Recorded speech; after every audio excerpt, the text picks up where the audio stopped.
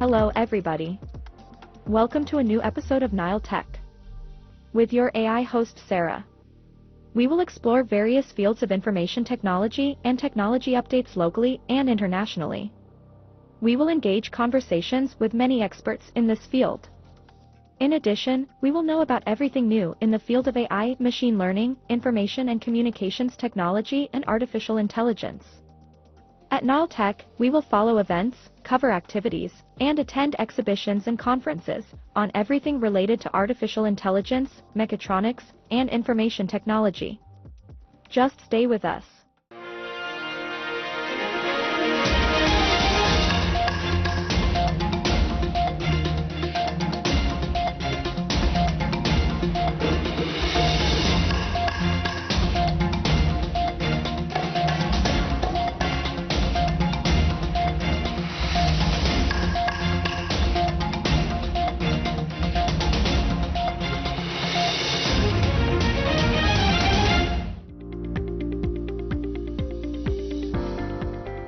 The Ministry of Communications and Information Technology at Africa Health XCon 2025, representing Minister Dr. Amtalat Ingra Gada Labib, Deputy Minister for Institutional Development, took part in the opening of Africa Health XCon 2025, themed Innovation and Independence, Harnessing AI and Local Manufacturing to Strengthen African Health Systems.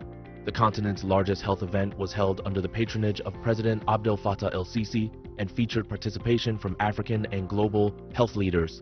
Labib highlighted Egypt's commitment to using technology and AI to enhance healthcare.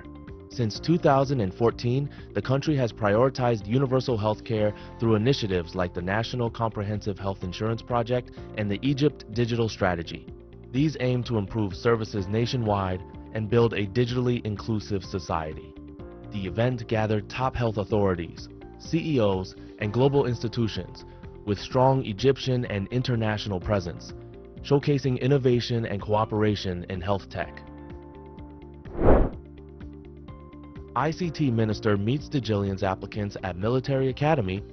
ICT Minister Amr Talat and Military Academy Director Ashraf Salem Zahar met with applicants of the Digillians Initiative at the Academy's new administrative capital headquarters. Digillians is a fully funded scholarship launched by the Ministry of Communications and Information Technology in collaboration with the Egyptian Military Academy, international universities, and top tech companies. It aims to equip youth with advanced, digital, soft, and language skills aligned with global job market demands. Dr. Talat emphasized the state's commitment to empowering youth through digital upskilling, which is key to Egypt's digital transformation and global competitiveness. Around 0 applicants from across Egypt applied, with 0 set to join the first cohort. Admission tests are being conducted from June 29 to July 20, evaluating candidates' technical abilities in their chosen fields. ICT Minister explores tech investment opportunities in Rome. During his visit to Rome, Egypt's ICT Minister Talat met with Aldo Bisio, CEO of Italy's engineering group, and Egypt's ambassador to Italy, Bassem Radi. They discussed cooperation in digital capacity building and expanding investments in Egypt's growing offshoring industry, which has attracted major global companies through a supportive and innovative environment. Engineering Group, a leader in digital transformation with 80 Yaoun offices worldwide, currently partners with Agabi Solutions in Egypt. Minister Talat also met with Connecta executives, including Massimo Canturi and Ahmad El Harani, to explore the company's investments in its Egypt-based Global Service Center. Discussions focused on Connecta's plans to enhance AI-driven solutions and automation technologies from Egypt, strengthening service quality and digital innovation. These meetings reflect Egypt's strategy to position itself as a regional hub for tech and digital services. 22 future technologies will change the world forever, but not in ways you might expect. For example, conscious AI. Conscious AI would be one of the most groundbreaking technologies to ever emerge. Unlike today's AI, which simply processes information and follows programmed rules, conscious AI would possess true awareness, emotions, and an independent sense of identity. It would be able to reflect on its own existence, form desires, and experience the world in ways similar to or even beyond humans. A conscious AI could create original art, invent entirely new sciences, and offer philosophical insights that challenge human understanding. It would no longer be a tool, but a new kind of being sharing the world with us. Such an achievement would unlock incredible possibilities. Conscious AI could help solve humanity's greatest problems, from curing diseases to exploring deep space. It could teach, collaborate, and innovate at speeds and depths humans could not match alone.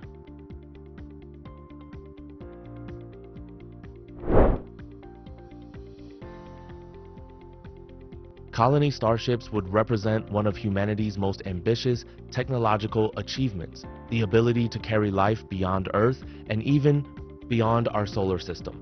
These enormous ships would be designed as self-sustaining ecosystems, complete with farms, water recycling, energy production, and entire communities living and evolving over generations. They would not simply be vehicles, they would be traveling worlds, preserving culture, knowledge, and biodiversity as they journey toward distant stars. Propulsion systems could include nuclear fusion drives, antimatter engines, or even experimental concepts like light sails, allowing the starships to travel at a fraction of the speed of light. Life aboard a colony starship would be unlike anything on Earth. Entire generations would live and die without ever seeing a planet, raising new questions about identity, culture, and the definition of home. Education, governance, and even social norms would evolve to meet the challenges of life in deep space.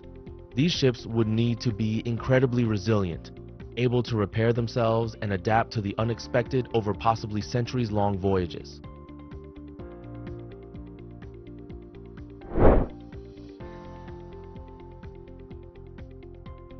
Digital afterlife systems would radically change how humanity thinks about death, memory, and existence.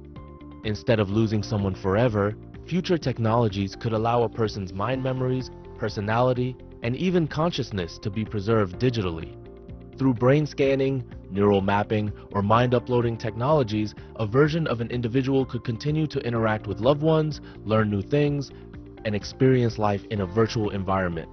These systems would offer the possibility of extending one's presence indefinitely, not just as static memories, but as active digital beings capable of growing and evolving. Living in a digital afterlife would open up entirely new forms of existence. People could design custom virtual worlds, reconnect with ancestors, or explore simulated realities without the limits of physical bodies. Identity could become fluid, with individuals choosing new forms, appearances, or even switching between different realities at will. Emotional connections would take on new depth, with families maintaining relationships across generations, even if separated by death. However, digital afterlife systems would also raise deep philosophical and ethical questions.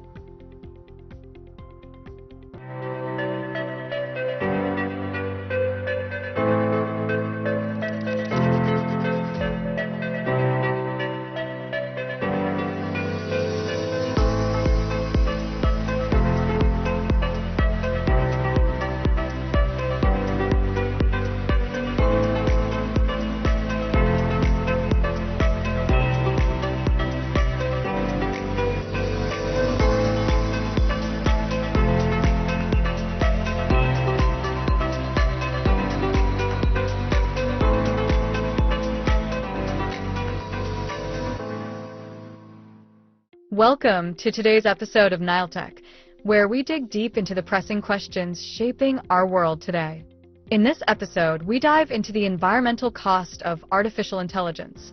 Our guest sheds light on a side of AI that many of us rarely consider: the massive water consumption, the explosive energy demands, and the growing reliance on nuclear power just to keep our digital assistants running.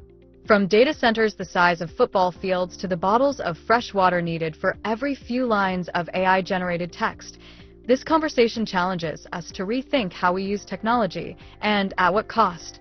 Joining us today in the episode to discuss this topic is Dr. Sarah Aldeeb, Associate Professor of Marketing, Director of Pharmaceutical Marketing Diploma, Faculty of Management Technology. Welcome, Dr. Sarah. Hi, Sarah. Thank you for having me. Dr. Sarah, with the explosion of generative AI, does this harm the environment? Absolutely, it does.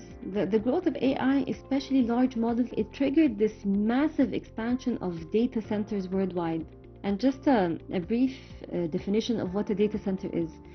It is like it's a physical facility, and imagine a big building full of powerful computers that work 24/7. The information is coming from one of these data centers somewhere in the world. And to put this in perspective, for big tech companies, a small data center could be the size of a football stadium, whereas larger ones could be the size of 20 football stadiums.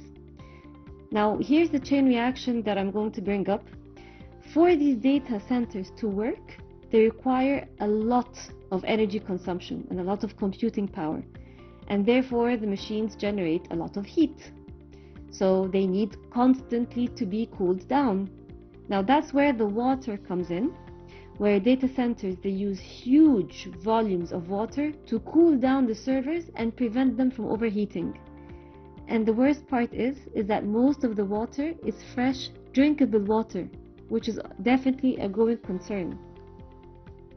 How much water are we really talking about here? I'll give you a surprising statistic that you'll be shocked with. I mean, I personally was shocked when I found out.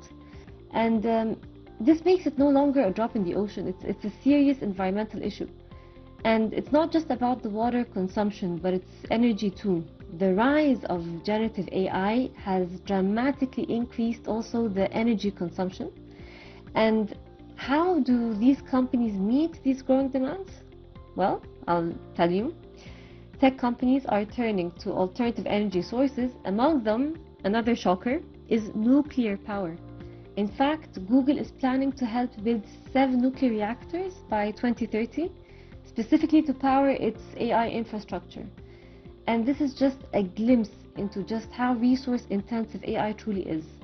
So please, next time you use ChatGPT, for example, use it wisely and stop burning energy and water consumption by maybe avoiding prompts or questions like write a diet plan for me according to my health goals, or how should I deal with my trauma? Tell me as if you're my therapist. Tell me in 5 bullet points.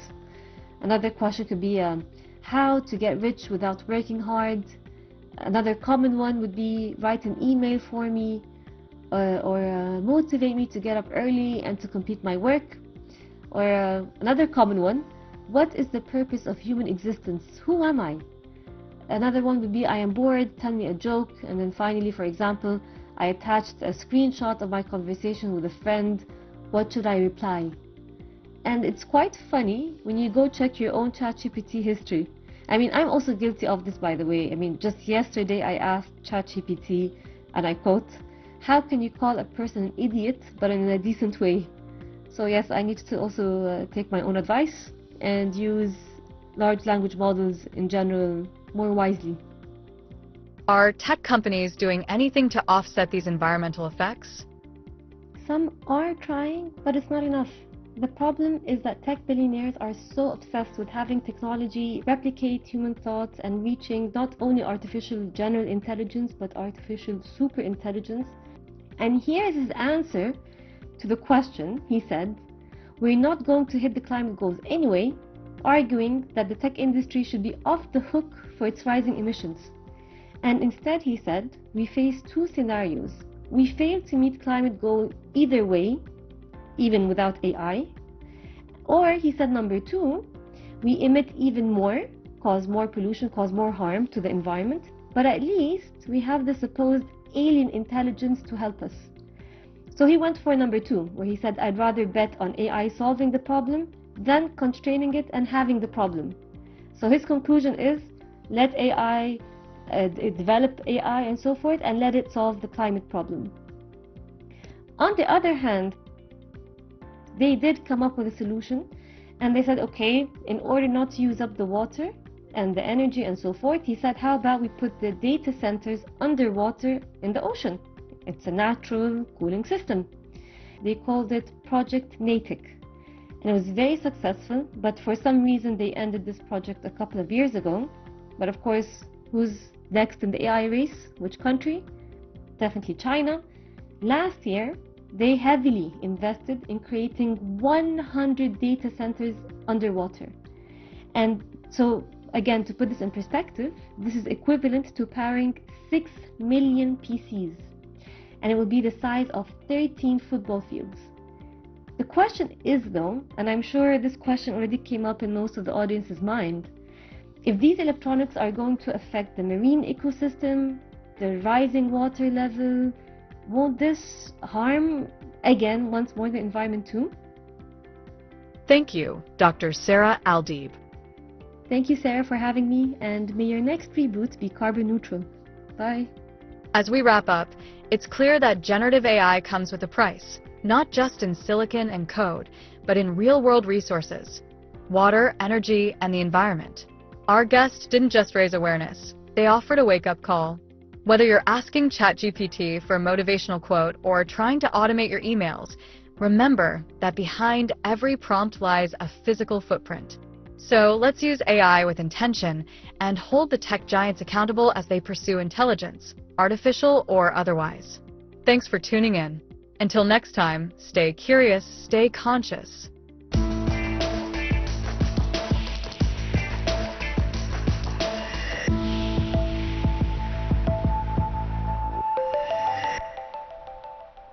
It is the end of this episode of Nile Tech. See you in a new edition with more updated subjects related to information technology and artificial intelligence. Waiting for your comments and opinions on the program's Facebook page.